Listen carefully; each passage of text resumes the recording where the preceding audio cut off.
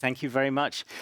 Okay, great to be here. Thank you very much, everybody, for making it back from lunch, and I hope you don't fall asleep. I hope you didn't eat too much. And I'm thrilled to be here in Riga, my first visit to Riga, actually since 1997, which is making me feel even older than I already felt. And I'm really thrilled to be hosting this panel in particular because it feels like, I'm sure anybody who's been in the conversations that we've had over the last couple of days, a lot of the things coming out of that really kind of point directly at this panel, some of the questions that we're going to be asking. So we've already had the topic kind of queued up, so I'm going to give a super quick introduction to who's speaking. Obviously, we have 5 panelists, so we're going to be, as the Germans would say, auf Zack, trying to keep things moving along quickly.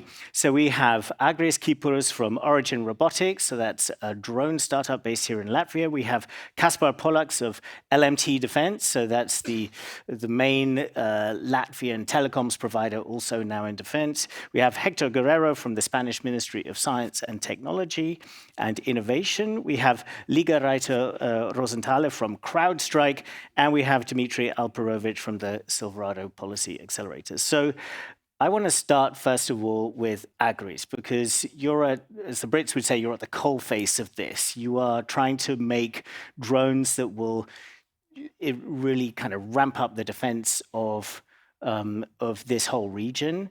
Obviously, everybody, the public is seeing the risks that are out there at the moment. It's very much in the public mind. So great that we're talking about it now. The overriding question we have here, as we've just heard, is about trying to speed up the adoption of important new technologies such as drones. And we're not just going to talk about drones, but obviously a big part of it. First of all, tell us a little bit about your company and what is your experience with this so far, as you've been going for a couple of years, trying to get your products sold into European defense establishments? Sure. So Origin is a defense technology company. We focus on neutralizing targets on ground and in air with precision. We are fortunate to be in this region. I do believe that Latvia is setting a good example for how we should work with the new industry, how we should procure these new capabilities. I think that in Europe in general, we have a problem with that. Our procurement process is just too slow and not necessarily super welcoming to the new industry, to buying, field testing, and really understanding through hands-on experience what these new capabilities are bringing in terms of advantages. I think that small democracies is where that example will be set, and I'm very hopeful that it will spread across Europe. So in that sense, I feel very fortunate to be in a situation where we can solve for the problem, but then also see our systems adapt, and that has helped us to grow the company rather rapidly through our 3 years of adventure. And just before we move on, so explain quickly to people, what are the products that you're developing? What are the contracts that you have? Right. That people can have a sense of that. Sure. So we currently sell to 3 NATO countries in Europe. One of them is Latvia. We sell to the Netherlands, to Sweden, and then obviously our systems are in the theater as well. So the system that is most talked about these days is an autonomous interceptor drone, a system that is solving the problem that we are all very well aware of. But I can't say that we are being torn apart right now. We are actually actively going to countries with the demonstration of the capability. And that is what is a bit surprising, because we do have a solution, an autonomous solution for solving these threats. And I, coming from a consumer drone space, I come from a civil market. I'm used to seeing if you have a solution for such a big problem and such a well understood problem, things kind catch fire. It's not necessarily happening in defense. We have to still be very, very proactive ourselves. We have to basically convince everyone across the board that we have it, that it is something that you definitely want to see, you definitely want to understand it. And I think that is, a bit surprising to me, to be fair. So you feel that you should be way ahead. You've got 3 customers right now. You should be. Right. What would you like to have at this stage? And I want to move on. Right. Right. Where would you like to be? No, I think that when it comes to new capabilities, I think every country should really try to understand what that new capability provides. And in that respect, I would expect that an interceptor drone is something that everyone wants to buy and play with and gain hands-on experience. So, and with us being the first in the European market to really have the system built and ready and working, I would expect that at this point we have contracts in at least, I don't know how many neighboring bordering countries do we have, 7. So at least in those all of those 7. Yeah. So that would be my kind of expectation. Kasper, let's come to you. So LMT Defense, this was the major Latvian telecoms provider, now in defense. Explain a little bit how your company moved into this sector and what your experience has been with the procurement process. Yeah, thank you, everybody. So LMT Defense is the defense technology arm within the LMT Group. And LMT Group is a very, let's say, different in the activities what we are doing. As originally, as you said, company is the telco provider, similar to Deutsche Telekom and others. But throughout the years, especially when the 5G technology arrived, we were thinking that at this point we will have a problem selling 5G to the ordinary customers as you do, because none of you needs actually 5G. You are good enough with the 4G, maybe even 3G. When 5G arrived, we started to think about the use cases, because that's exactly how you sell the stuff on the technology market. And especially in defense at the moment, you have to see how things are working in order to get to the procurement. And Agris, through the tests, vigorous tests, is experiencing exactly this.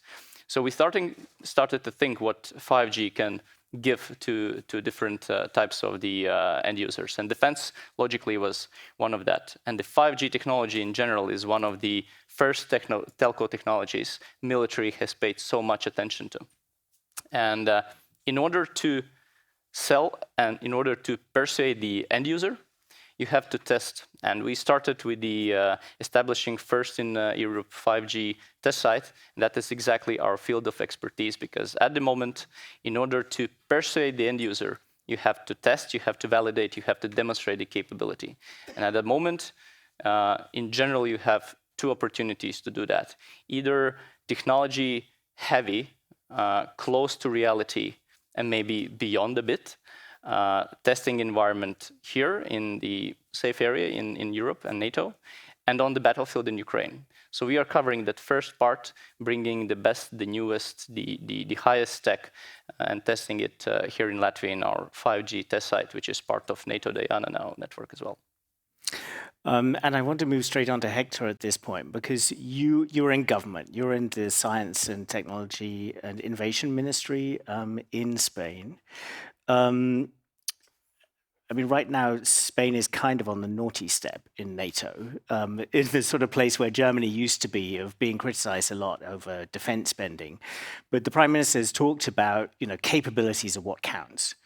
Do you see embracing emerging technologies as one way that Spain can fill that capabilities gap without the extra spend?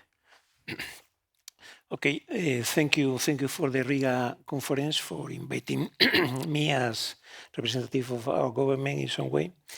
And indeed, I guess that this regarding the 5%, what you mentioned, is Russians are doing their job.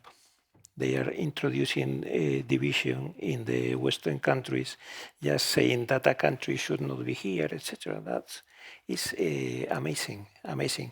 In our culture, when we say something, we accomplish with this, we supply. So therefore, I don't know the others, if we'll have this percentage in a few years, we will see. But in any case, we are really compromised with NATO. We have here our troops. We have a full brigade in Slovak. We spend a lot and we are rising. What's happened? That the 4th economy of Europe, having this high top investment, requires time time and inertia is normal. But we are working in many different systems. For example, I don't know if we are making the first IoT constellations for device to device. Was announced yesterday by a company in Barcelona. We are preparing the first constellations for air traffic control for space as well. We are a leader on that. We are supplying here in different vehicles for your army, the Latvian army. We are really compromised. Said that, my speech now about accelerating technology is as follows. I am here because my previous capacity in the NATO Emerging Disruptive Technologies Advisory Group. This was a high-level group. And we set up Diana, the NATO Innovation Fund at the beginning. The chair of that group was Deep China. Now it's in the headquarters at Imperial College. And we were 12 in the first configuration, and we were another 12 in the second configuration, and Deep China and me were in the two configurations. So Diana, for me, is a good way to try to make a faster technology adoption, but it's like Blade Runner film said, tears in rain. We need to provoke a reaction chain with this kind of things, because this is not enough. What is the best way to accelerate the adoption of innovation in warfare technology? To consider that your country is in conflict, is in war, to see on the horizon that the war is coming. This is the best way to do that. We are Europeans, we are all the day harmonizing, we are making rules, we are societies in that way. So we need to change that strongly if we want to be there, because maybe we are not going to have enough time when the aggression will come. The aggression is here, there is no war, there is no peace. Yesterday, so some of the speakers here from that country saying that we shouldn't be there, were making jokes that the Russians are not are a little bit stupid, but we are here. Really concerned. The Baltic states are really concerned about that. We are really feeling the fear. We need to be smarter. Intelligence is the ability to adapt to the environment. We need to be faster there. So said that, I guess that first we should be much more proactive in identifying where the innovation and the good science is. What is unimaginable is that in our groups, in my country, in your countries, the Chinese and the Russians send people to make PhD, and they know better our capacities than we know. So this is amazing. We need to identify where is the good knowledge, trying to accelerate this, because from the defense we don't have enough power. We need to mix with the civil. Okay. Once that this kind of people, seekers looking for that, we need to start to accelerate and to have technology brokers just to accelerate that with funds, releasing the paperwork, the bureaucracy, etc. And third, we need to have interfacing military units to rapid test of that. This is in the sense of Diana. Diana is doing this well. And don't forget NATO. NATO in the AG summit a few months ago, they gave 3 nice receipts for this. They put the rapid adoption action plan to have technologies inserted in the warfare systems in less than 24 months. The Russians are lasting between 2 and 12 weeks in having some innovative technologies to the final systems. They are in war. We should improve this. As well, NATO has the front door for industry. This is copied from the US Space Force, that they have this front door to accelerate the companies. And as well, this NATO innovation badge to gain some kind of credibility in your company for being accepted in this military world. Just to conclude, I guess that we need to work together in the full supply chains. We say we have 27 countries, 180 different technologies, etc. let us focus in initiative that this drone initiative that the UK is here with the labbing, etc. Just to say, from the R&D to the final production and internationalization, let's go together as Europeans thinking about final products. Why? Because if you think well, buying drones outside Europe is not a solution anymore. Even to the Americans, why is this not a solution? Because in the case of a conflict in Ukraine, in 4 to 6 weeks, the drones are getting old because all the countermeasures advance. And we need to, from the innovation to having there, to produce there. And to have several of these supply chains in Europe, globally, coordinated by the Commission, the Observatory of Critical Technologies proposed this 1 month ago, etc., just to be smarter.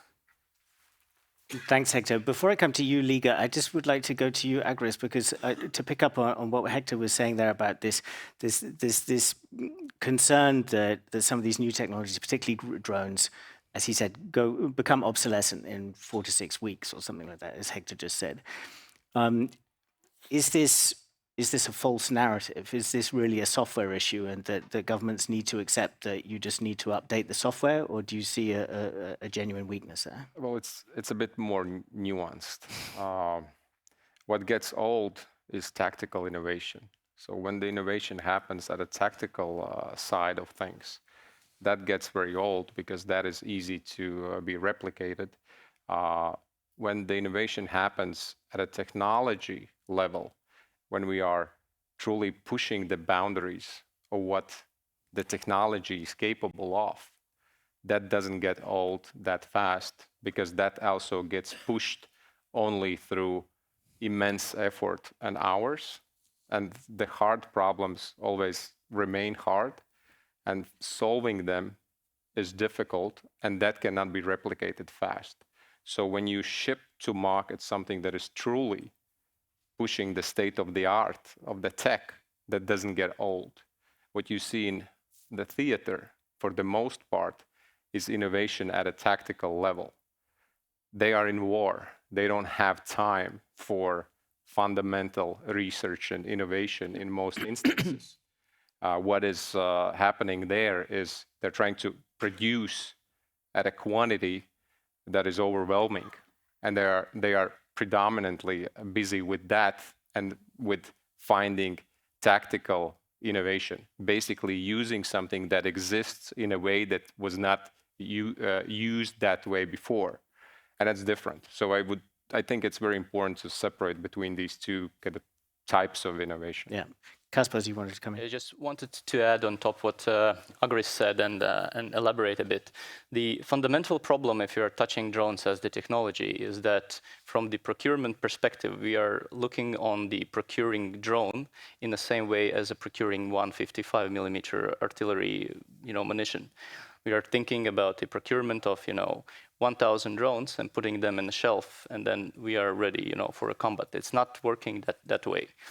Because the companies, as Agris's company or LMT or any other industry company, have to live from the procurement money coming in, and then you are funding the manufacturing side and part of the R&D. And in order to avoid those 4-6 weeks and to be in a favor of the fundamental technology achievements, you have to fund companies' R&D. That should be joint effort.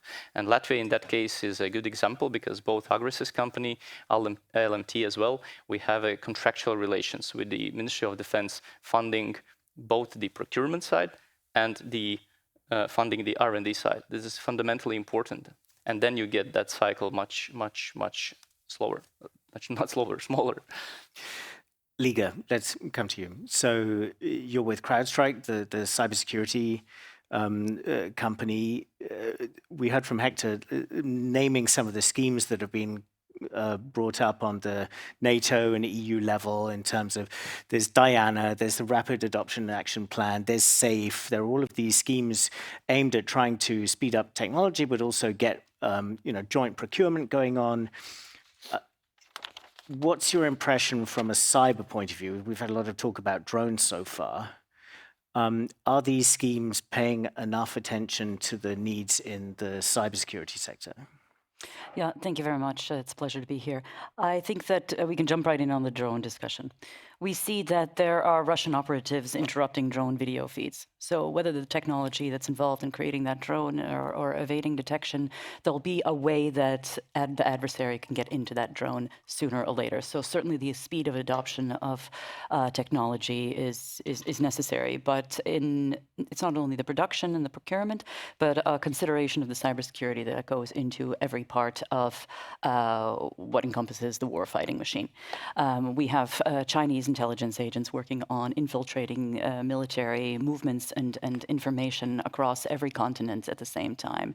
There's North Korean hackers that are working on disrupting supply chains that are coming from South Korea. I think that this doesn't necessarily get the attention that it needs to in these kind of programs that focus on tanks and guns and drones, and having it be a partnership between the cybersecurity of those products that are being developed is underestimated. I think that, and we are slowing ourselves down in Europe in a sense with the regulatory and the procurement burden by having both good programs and good focus on developing. I'm happy there's so much efforts on defense, but the misfit between industrial policy of Europe, security policy of Europe, and digital policy of Europe is slowing us down. And if you look at the SAFE program, for instance, SAFE identifies buy better, buy together, buy more, buy European. Are you going to, how many of those points are you going to choose? Because you can't have them all at once, all the time. And those kind of policies are slowing down Europe in a sense. But can you understand where that's coming from the Europeans? Yes. The buy European part of that, I mean, there are quite obvious reasons for that, right? Yes, certainly. I think that's a legitimate concern. But when it comes to the speed of adoption and innovation you need, sometimes when you have somebody on the ground who needs to choose a product or service, that political pressure disrupts the speed and the availability of the state of the art. And I think that we have to recognize that in a way that there has to be a balanced approach to either the partnerships between non-US and non-EU and EU companies. And this gets into a heavy debate, which also filters into the regulatory process, which is trustworthy products. If we had as much attention towards speedy procurement as we do towards trustworthy products and digital sovereignty, we'd already have solved every war in the world. But these kind of things are slowing us down unnecessarily. I think a lot of us who have worked in military procurement or in defense procurement have a visibility of what we trust and what we don't trust and how to identify those products. But the process of releasing funds that are very drastically necessary for addressing security problems get too much bogged down in these discussions. And before I come to Dimitri, just one question to kind of get us up to speed on the state of play. I mean, your company talks about AI and agentics in your technologies. Get us caught up on the state of play. Where is the advantage in the AI tech coming into the cyber sphere? Is it more on offense or defense? Where do you see the advantage? It's certainly on both sides. The adversaries are using it for both sides. We certainly needed also to be able to detect behavioral analysis of adversaries, to be able to have the fastest response time possible, because adversaries are simply working at the speed of without any restrictions in this space. So I think that AI allows us to be much more efficient, much faster in this space, and to predict what we don't necessarily see even yet.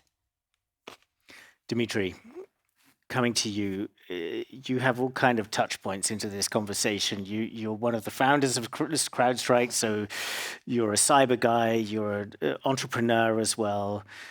You've also got quite a global view and looking very much at the kind of competition with China. When you listen to the conversation that we've had here, what are your thoughts right now? Well, look, when you look at defense procurement, I think there are three categories that have to be of procurement that have to be approached separately. So on one end of the spectrum, you have the traditional big ticket items, manned battle tanks, attack submarines, sixth generation fighter jets. And we do have a problem on that side as well in terms of procurement being slower than we'd like.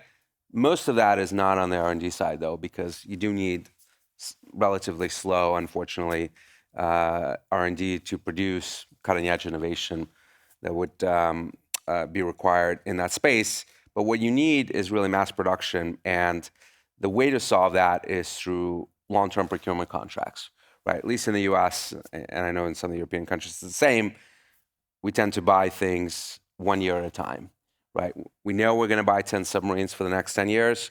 We're going to order 1 per year. And the problem with that is that the companies cannot invest in scaling up their manufacturing as a result of that. They cannot invest in stockpiling of parts, and we end up paying more, and we end up having long-term procurement cycles for each one. So in a sense, the government gets exactly what it buys, low and slow, because that's how it wants to buy it. On the other end of the spectrum, you have essentially commercial technologies. It could be software, it could be other commercial technologies that can effectively be bought off the shelf, maybe with a few modifications, maybe with a few certifications, but essentially the same thing that the rest of the market is buying. And unfortunately, in a lot of defense ministries, you still have the old process being used for something that you can literally buy off with a credit card, right? And that process needs to be completely blown up. And you want to enable the warfighters and certainly procurement departments to buy that capability quickly, because you already know how it works. You already have a lot of experience in industry. Maybe you need a few tweaks to it, but you should not be applying the crazy long RFI process to this capability as you do to others. And then in the middle, you have this mix of technologies. Drones certainly fall into this category, and others that have come sometimes from commercial industry, but have been adapted for defense. And there, I do think we need to be a little slower than industry would like, because the reality is that when you're building things specifically for military purpose, you really need to make sure they satisfy the requirements of the military. And having spent a lot of time on the Ukrainian conflict, I can tell you that a lot of the capabilities that have been sent by the West to Ukraine have performed terribly because they were designed with commercial requirements in mind. I can tell you one of the first drones that one of the US companies sent into Ukraine used Wi-Fi for communications. Wi-Fi. I mean, it was completely useless on a battlefield that is, completely saturated with jamming and other forms of electronic warfare. I get, pitched a lot by defense companies these days from our family office, and tons of them are using off-the-shelf components, sometimes coming from China, for GPS and other sorts of navigations, not completely appreciating that in this new world that we live in, that technology is not going to perform at all on the battlefield against advanced actors. So you do want to make sure that you sort of sit back and say, is this durable enough, right? Can it work in all sorts of terrain, in all weather conditions, and applicable to other types of battlefields? I'll tell you a quick story. I was talking to one Ukrainian maritime drone company that was asking me to connect them with folks in Taiwan, because I also spend a lot of time on the Taiwanese issues. And I said, well, send me the spec sheet for your drone. And it said, oh, we can operate in, amongst other requirements, we can operate in up to 20 knot wind weather. And I said, have you looked at the Taiwan Strait? Black Sea is a lake. Taiwan Strait has some of the roughest wind conditions, weather conditions on Earth, right? Unless you're in 45, 50 knot capability, don't even show up.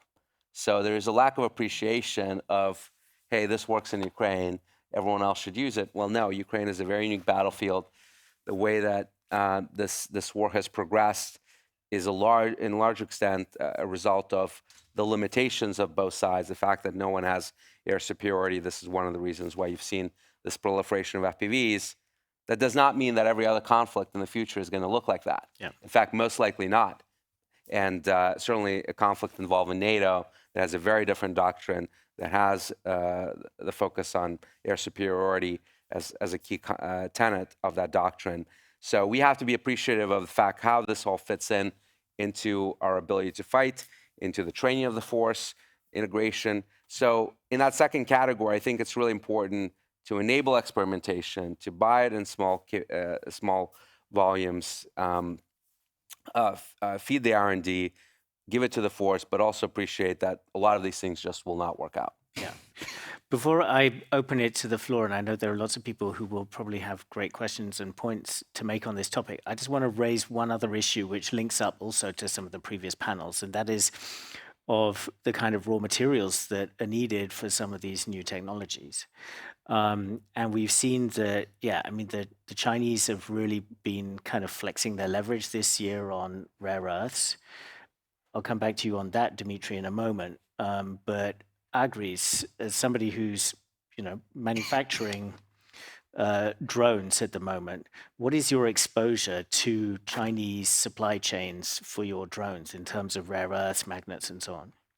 Well, we are not unique as the rest of the industry, so we are exposed in that sense. Magnets that are used in motors is an issue. Chemistry that is used in batteries is very often an issue.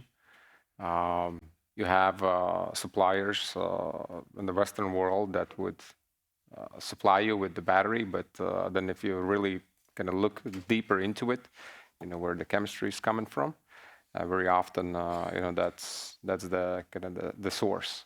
So in that sense, I think we are not unique. It's a joint problem. It has to be solved.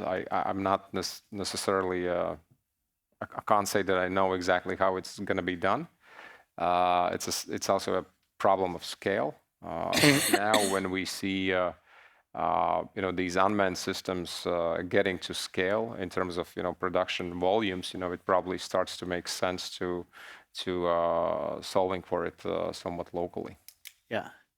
So, Dimitri, I mean, these two issues, the parallel issue of needing to ramp up new technologies quickly and secure supply chains, are these two priorities being connected sufficiently in the West at the moment? Well, I can speak for the United States. This is a huge priority for the Trump administration. We've known for a long time that we have this insane dependency on China for both rare earths, but also other critical minerals that they don't necessarily mine a lot of, but they certainly have cornered the market in many of these cases on refining and processing, which is a huge issue. And in fact, just yesterday, the Chinese have basically declared an economic equivalent of nuclear war. Yeah. Right? They have declared that come December 1st, so just a month and a half from now or so, they are going to require individual licenses for end use of any rare earth exports, and they're going to be explicitly banning anything that goes into advanced ships. They're going to be banning anything that's going into a military use case everywhere around the world, right? And given their dominance in certain critical minerals, like yttrium, for example, really critical in defense applications, really critical in semiconductor manufacturing equipment, this is a huge concern, right? The answer to that is not necessarily to trade something else away to relax their controls, because that's a recipe for more dependence and a recipe for disaster in the event of a conflict with China over Taiwan, but it's to invest in indigenous production. And the good news is that we have the minerals in lots of places in the US. We have mines for rare earths. There's a mine just 45 minutes outside of Las Vegas called Mountain Pass that I visited last year that actually extracts 15% of the world's rare earths today. And they're now investing in refining and processing on site of those minerals. It doesn't even cost that much. When I asked the CEO of that company, of MP Materials, what it would cost to process everything that's coming out of that mine domestically, he said, the answer is single-digit billions, which sounds like a lot, but in the grand scheme of things, for something as critical as this, is a rounding error, right? And he's not even asking largely for government support. U.S. government, Department of Defense actually invested in the company along with Apple and General Motors this year. But the critical thing that they need is to make sure that the Chinese cannot upset the market the way they've been doing it by dumping below cost these minerals to drive everyone else out of business. That's how they've captured most of that market share. But the second critical need here is to have these long-term contracts to provide stability to the manufacturers to invest in production. And the good news is that with a lot of these, particularly rare earths, you don't actually need a lot of these materials. 50 kilograms of yttrium is going to last you literally 10 years. So if you can, as a Department of Defense or other militaries, can place contracts to start stockpiling those materials, you're going to see investments, you're going to see others come to the fore from the private sector and say, you know what, we're going to be in this business because we know we'll have guaranteed contracts. I mean, let's bring this to Europe before opening up. I mean, maybe to you, Hector. And let me just quickly cue this up, because I was in Japan earlier this year, which also doesn't have its own resources of rare earths. And there I was accompanying the German president who was on a visit there, and they were studying the example of Japan, which after tussles with the Chinese over the Senkaku Islands a decade ago, had a huge cut in its supply of rare earths from China. So that was kind of a laboratory test of this situation. They're held up as a successful country for having managed to reduce its dependence on China from the 90% to the 50% through supplies from Indonesia. That's 10 years from 90 to 50%. If the Chinese are really going to get aggressive on this, what cards can Europe play? And should Europe be kind of connecting these issues more strongly, just like we're hearing about the US? In Europe, we call rare earth advanced materials, because it's not only the minery of them, it's the process.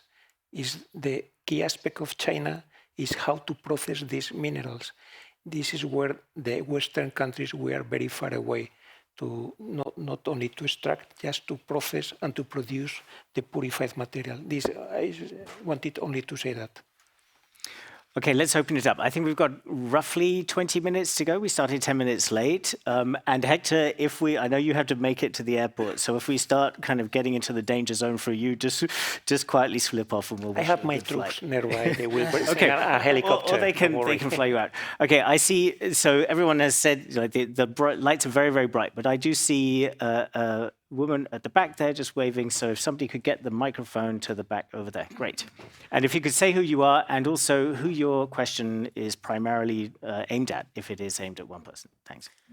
Thank you very much for an interesting discussion. My name is Minna Olander. I'm an associate fellow at Chatham House. My question is sort of actually to everybody, but happy to hear maybe from the industry representatives on the panel.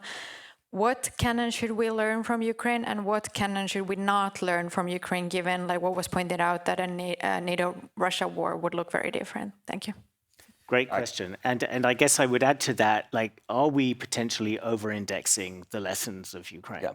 There are some lessons that are very important, and in large part, those are the lessons that the nature of war actually doesn't change much, right? The importance of training, the importance of strategy, the importance of personnel, right? With all this talk about drones, the reality is there's a huge amount of human capital that the Ukrainians have to spend to operate these drones, to make sure that they're effective, to train up the people, particularly on the FPV side, to be really, really proficient operators. It takes up to 6 months for someone to be really, really good at that. So those fundamentals that have always applied in warfare have not changed. The exact tactics that are being used with FPVs, with fiber optics, I'm more skeptical that they will be applicable in other conflicts. And particularly if you look at the next likely conflict, with regards to China and Taiwan, that is going to be maritime conflict. That is not going to be land war, right? And you have the tyranny of distance, you have the tyranny of weather, and the naval domain is incredibly complex. Communications are very difficult. The jamming that the Chinese are going to engage in a much smaller geographic area than Ukraine is going to be much more intense. So it's going to present very, very different challenges. And we should learn also the lesson from other past wars that you should never fight the last war. You should think about the future. Liga, from a cyber point of view, what are the lessons of Ukraine so far? Maybe not necessarily from a cyber point of view, from a technology point of view. I can reflect back to the invasion in February of 2022, when before that, Ukraine had been debating for years its own Cloud Act. So it had been in the position where it did not want data to leave its territory. Within 2 weeks of the invasion of Ukraine, the parliament convened and changed that act in order to transfer data outside of Ukraine. within 2 weeks in wartime, recognizing that territorial integrity is part of what your security also in the digital space. So I would take that as a learning to consider that we shouldn't put ourselves into situations where the discussion about how data flows is going to put us in a very tough space if that territorial integrity is not maintained. Yeah, I agree. Presumably the learnings for your business are significant, yeah? And you're working on as you said, an interceptor and also the sensors, the whole kind of drone defense system. How much is that informed by what's going on there? Well, very much, of course. I think, something that we learn, and I think everyone learns, is just the sheer volume of targets that you are dealing with. So therefore, the price per one successful strike is of essential importance. I think that cannot be overlooked. But then at the same time, I do agree here with Dimitri. Over-reliance on manual operation is not something we will be able to adopt in the Western world to that extent. We are professional, somewhat small armies relative to the army of Ukraine. So we need to rely on autonomy. We need to invest in autonomous weapon systems. So that is what we do at Origin. We recognize that we don't have the numbers that Ukrainians have. So the technology that can give us scale has to be autonomy based. Kaspar, anything from you before I move to the next question? Yes, from the LMT sort of a core business perspective, the separate story is communications. What we have seen throughout this war is that we actually entered this war with completely obsolete, outdated general communications doctrine as military has been trained. It has been completely changed, and it is evolving all the time while this war is going on. The question is when the next war will be and where. That is the separate debate, I guess. But the digitalization of the battlefield, the presence of the digital technologies, presence of the commercial communication technologies will be completely different and has evolved hugely. Okay, next question. I would like to say something from the European policy point of view about technology. Is that technology is not everything. Think that why the Ukrainians are resisting there, because they have the willingness to win. Think about all our technology in Afghanistan we lost with an army without technology because they wanted to win as well. So, but technology as well is important from the point of view of our independence. Why? Because when the signal of the telecommunication commercial network was shut down in doubt, we lost Kherson. Okay, so technology is important, but not always is the same. So we need, at European level, independence to be all together and to have the willingness to win. All right, so I think there was a hand over here. Yes, the woman down near the front. Hello, Maria Golubova, Malays Crisis Simulations. I have a question about Europe, and not so much from a point of view of procurement, etc., but from a point of view of the security of its critical infrastructure, and where do you see the largest technological gaps there? I mean, there is a lot of regulation. There is NIS2 for cyber, there is Cyber Solidarity Act, etc., etc. But one hears, for example, that electronic warfare can be deployed much more as a hybrid threat than it is currently. I mean, everybody heard when Ursula von der Leyen's plane was spoofed or jammed, but apparently there can be lots of effects on transport, communications, etc., etc. Lots of companies are pretty vulnerable if they have SCADA systems to people penetrating from their IT system to their operational system, etc. So where do you think European institutions should be taking the new step to protect the infrastructure in terms of technologies? So come to you, Liga, first on that one. Sure. I think it's a very good question to think about when you think about the kind of holistic security of Europe and how we could integrate the approach to technology with defense. If you think about the weakest sectors, for instance, on cybersecurity, you think about education or healthcare, or who's most vulnerable to also criminal attacks. It's these organizations that are kind of the gateways to different parts of your systems and technologies.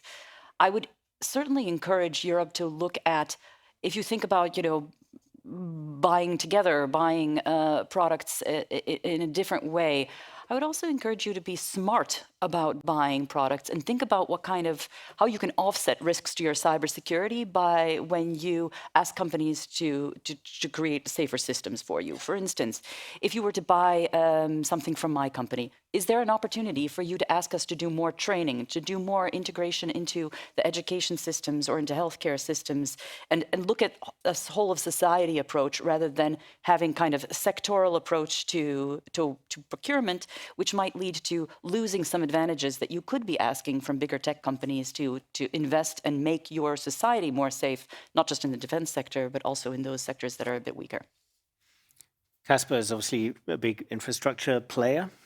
Thoughts? Yes. So the big question is, again, the cyber threats, physical threats, but in general, the big question is about the threat perception. At the moment, if you're looking at Latvia and the telecom industry in general, we have been learning a lot from the Ukraine's experience about the resilience of network, the multiplication of the network systems, data centers, etc. The question, has it been a widespread tendency in Europe? Maybe not. But the reality is that at the moment, the problem is that at the moment we are sitting like 20 kilometers from the border of Russia, meaning that the Russian Shahed drone can reach this point like in 30 minutes, if that is the ordinary one. The reality is that nowadays, and we have seen that through the recent incidents, that's not only a problem of Baltics, Poland, and some of those 7 countries. That's the problem of all countries. It could happen in Portugal, it could happen in Spain, it could happen everywhere where you have a coastline and where you could have a problem of the systems potentially launched from the shadow fleet or whatever. Is it a general tendency at the moment? Practically, telecom industry is learning a lot from the experience of Kyivstar and other industry players in Ukraine. The question, which I will not be competent to answer, has it practically been widespread in Europe? Okay, more questions. Yes, the man in the front here. Is there a microphone anywhere near? Yeah, so just if you could raise your hand again. Thanks. Yeah, thank you. Toby Moore, I'm a venture capital investor. Agris, is it an easier discussion now with a defense technology drone company rather than a consumer drone company? From a venture capital? With potential investors, and while you're waiting for your next government procurement contract and you need money in the bank? This time around, so my previous journey was obviously in the consumer drone space, and there we did the approach where we are going from one investment round to the other one. This time around, we try to make, in terms of revenue, enough to sustain the company, and not only sustain it, but grow it. And because we are from this region, it is actually possible, and we are actually doing very well with that. So I'm not taking that many venture capital calls, to be fair, and I'm actually avoiding them. I just don't think that that's what I should be focusing on right now. Right now, it's about building, it's about deploying, and that's what we do. That's what we do as a company. But for sure, it's becoming easier to talk about attracting venture capital funding to this industry. But then again, many, especially in Europe, are still very reserved when it comes to weapon systems, and that's bizarre. We have even NATO Innovation Fund that is somewhat reserved about the opportunity to invest in a new weapon system. But weapon systems, new weapon systems, is what our military need most. Everything else is nice to have, but we have just an enormous amount of potential targets that we need to figure out how to deal with, and that can be done only with weapons. So I'm still, somewhat surprised that we are still so reluctant in Europe and reserved about the idea of investing in what the military actually need. And I also wanted to pick up on that fact that you had, your first company in this area was commercial. Yeah. And of course, that got completely eaten up by the Chinese, by DJI. Right. I mean, if things had gone differently, you could have been a dual-use company by now. I mean, what are the lessons from that experience? I mean, there are so many of these experiences, whether it's solar panels, this or that, where, something gets started in Europe and then just gets completely gobbled up. Well, we still sold the company, right? So it was still an exit. So that's still a reasonable outcome. Obviously, we wanted to be a lot larger than we ended up being, and it's true. At the time, it was very difficult to compete with China because apparently, they had that strategy well figured out.